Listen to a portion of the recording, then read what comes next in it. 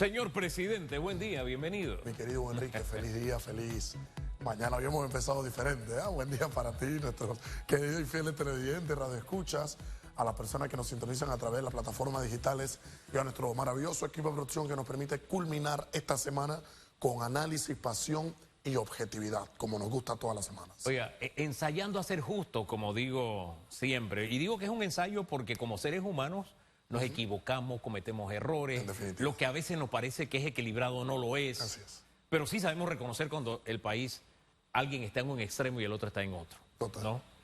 E incluso cuando están los extremos, entonces nosotros tratamos de atraerlos al centro para que haya un entendimiento. Ayer decía el presidente, yo no voy a negociar, no voy a conversar. Y a uno, prima facie, eso lo golpea, porque alguien me diga a mí, espérate, no voy a conversar. Y el principio es el diálogo, dice, espérate, ¿de qué estamos hablando? Pero cuando uno se mete en el fondo del tema, uno dice, espérate, este tema se conversó, se dialogó. ¿Qué pidió o qué pidieron los grupos extremistas? No se aumente la edad de jubilación. Y para mí, en lo personal, de una forma irresponsable, el gobierno pateó la pelota. Para que en 6 meses, 6 años, se analice el tema. O sea, le pateó la pelota al siguiente gobierno. Ojo, mire lo grave. No que no se privatice. Bueno, tampoco. 90% de los fondos de la Caja de Seguro Social lo va a manejar como siempre se ha hecho, la Caja de Ahorros y el Banco Nacional, que no nos han dado el billete que se necesita. Pero bueno, está bien, también se cedió en eso. Los trabajadores de la bananera querían estar en la Junta Directiva, no se les incluyó en la Junta Directiva. Pero de verdad por eso vamos a trancar, a bloquear y a afectar a todo Bocas del Toro con lo que nos decía don Aris hace algunos minutos, que están viviendo allá, y con la posibilidad de que la empresa se vaya porque no pertenecía a una Junta Directiva. O con el eslogan de la privatización, cuando no se está privatizando nada, o que se aumentó la jubilación cuando no se aumentó, sino que se pateó la pelota. Entonces tú dices, aquí cuando tenemos que criticar al gobierno lo hacemos, pero entonces uno logra entender algún nivel de sentido en lo que está diciendo el presidente.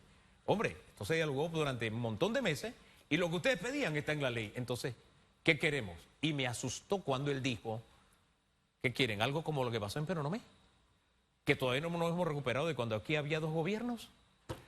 Yo no sé, yo le dejo todo eso sobre la mesa con un añadido. Aquí hablamos con Liván Castrellón, ex trabajador de la mina. Yo no sé si usted lo escuchó. Lo escuché a detalle. Lo vi. Entonces le dejo, no le voy a añadir ningún elemento y le dejo todo eso para que usted haga su sancocho de análisis como usted lo sabe hacer. En primer lugar, coincido íntegramente con esa reflexión. Con un elemento adicional, hablamos de educación. ¿Sí? Acuérdense que también estaba el detalle de educación, de cómo se están abriendo ventanas de oportunidades, que al cerrar en las aulas de clase a algunos estudiantes se les está negando esa ventana de oportunidad. Se cierra el futuro. Adelante. Totalmente, ese es el balance del día de hoy. Y para culminar esta semana, en los hogares normalmente, mi querido Hugo Enrique, quienes tenemos la posibilidad de sentarnos a hablar con nuestras madres, con nuestros padres, cuando uno es chico, cuando uno es adolescente y va creciendo, los padres a ustedes lo sientan y le dicen, oye, ven acá, ¿a ti qué te gustaría estudiar? ¿Tú qué tipo de profesional piensas en convertirte? Y los padres, yo tuve la oportunidad, gracias a Dios, de sentarme con mi madre y sentarme con mi padre en escenarios distintos, pero de poder hacerlo, de que ambos me dijeran, Ian, vamos a dibujar, vamos a hacer una radiografía de cuál es el sendero que pretendes recorrer, cuál es el camino que tú quieres trazar para llegar a convertirte en un gran profesional. A priori yo pensaba que mi vocación estaba en la medicina. Cuando salí del concurso oratoria y me gradué en 6º año, senté yo a mis padres y les dije, vamos a redibujar ese futuro mío porque no me veo como médico, sino como un abogado. Y fui trazando, mi querido Hugo Enrique, qué debía o cómo me veía a los 25 años, a los 30, a los 40, a los 50, cómo voy viendo yo ese recorrer en cuanto a la conformación de una familia, etcétera. Haciendo analogía que esto es un elemento que los padres tienen que hacer en sus hogares, porque el individuo nace y yace en cuanto a lo que su propia familia y el conjunto, entendiendo a la familia como la base de la sociedad, le entregue. Hay que hacer una analogía, y es que yo creo que a este país lo que le hace falta es un dibujo en cuanto a la dirección hacia dónde queremos recorrer y hacia dónde queremos caminar. Y como somos un país que carece de una visión, yo comprendo que quizá APEDE, la Asociación de Panameños de Ejecutivos de Empresas, en ocasiones desarrollan un texto. No, es que tenemos una visión país. 2030, 2040, 2050, igual puede que haga la Cámara de Comercio.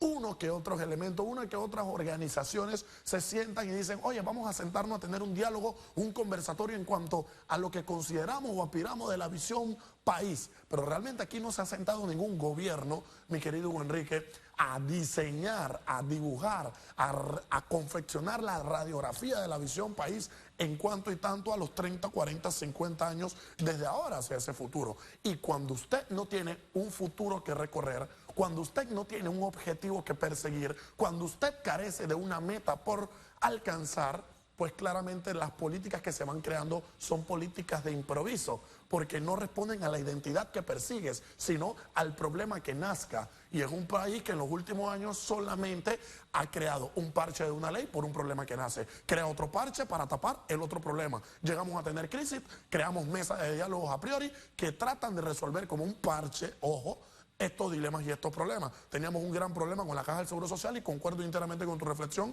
mi querido Hugo Enrique. Este era el momento de tomar las decisiones cónsonas. No es que en 6 años una mesa técnica se sentará a debatir. Claro, pero ¿por qué pasó esto? Porque los diputados que tenemos no tuvieron la responsabilidad clara de tomar las decisiones. Claro, algunos pretendiendo no sacrificar su cuota o su caudal político y otros pensando claramente en un elemento de reelección. Y yo escucho a personas que dicen, no, es que el presidente se equivocó con la ley, pero es que el presidente hace leyes. Recordemos que la ley que reforma la Caja del Seguro Social llegó con un borrador de parte del Ejecutivo, mi querido Enrique. El Ejecutivo entrega a la Asamblea y la Asamblea reconstruyó, desfiguró e hizo con su Frankenstein lo que quiso. Pasó su primer, segundo debate, su tercer debate, lo convirtió en ley de la República, el Ejecutivo sancionó. Entonces, si hay alguien a quien tenemos que criticar en tal caso, porque para mí no es perfecta, es perfectible, pero creo yo fue el mejor intento al cual se pudo llegar luego de mesa de diálogo, luego de sesiones, luego de intercambio, luego de consenso, luego de disenso, pero se tiene un proyecto que a priori va a responder a los intereses que tenemos y en 6 años una mesa técnica de profesionales revisando y analizando íntegramente de manera holística la realidad de la caja tomará una decisión en cuanto al tema de las medidas paramétricas. Pero si hay alguien que tenemos o queremos criticar y acusar, no es el presidente. El presidente no fue el que creó esta ley. Fue la Asamblea Nacional de Diputados, que ojo, en su mejor intento, aunque les pesó la mano a algunos, pero en su mejor intento de negociar y de debatir, pues claramente llegaron a un punto. Entonces, al carecer, y vuelvo al punto, mi querido Hugo Enrique, de una identidad de país o de perseguir una noción, de una visión a la cual queremos alcanzar todos dentro de 5, 10, 15, 20, 30 años, pues claramente las políticas que se están creando hoy no responden a ningún interés porque no tenemos hacia dónde recorrer. Y lo más triste y lamentable es que la esperanza de todo país, ¿en dónde está? En sus chicos, en su futuro, en esos adolescentes que se van a convertir en los hombres y las mujeres de mañana, en los profesionales, en quienes van a gobernar, en quienes van a legislar, en quienes van a ser sin duda alguna el tesoro de un país. Hoy le estamos trincando, hoy le estamos tachando, hoy le estamos borrando y limitando la oportunidad a que se conviertan en grandes profesionales, en hombres y mujeres del bien.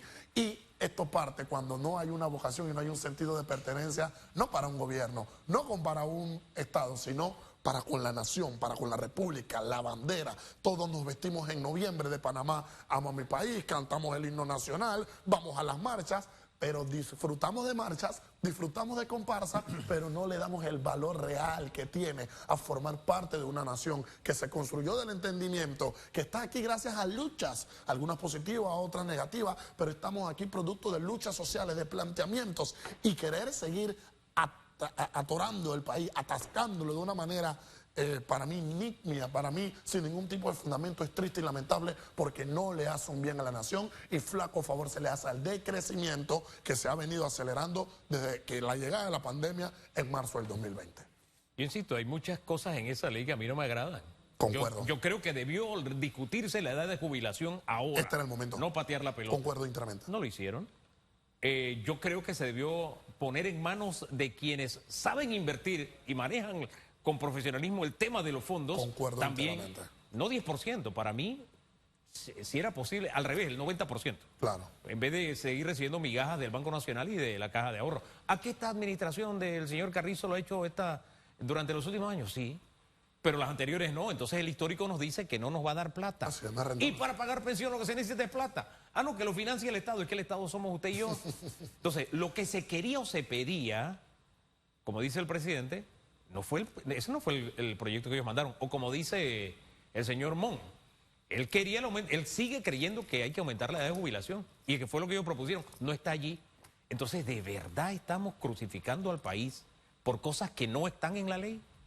Yo se lo dejo para reflexionar porque, insisto, aquí es panameño contra panameño. ¿Recuerda a la niña que le partieron la cabeza con una piedra? Creo que es lo que más nos dice que tenemos que hacer un alto y reflexionar si vamos en la dirección correcta, me parece. Totalmente, mi querido Enrique. Señor presidente, gracias por acompañarnos. Gracias a ti, hermano mío. De pasiones vivimos los seres humanos y espero que tengamos un fin de semana maravilloso. A ustedes por la sintonía. El domingo nos vemos. Vamos a hablar de este y otros temas en debate abierto. Ustedes pendientes. Y de aquí hasta el lunes hacemos el esfuerzo. Nos seguimos regalando, mire, el mejor fin de semana de nuestras vidas. ¿Le parece? Bendiciones.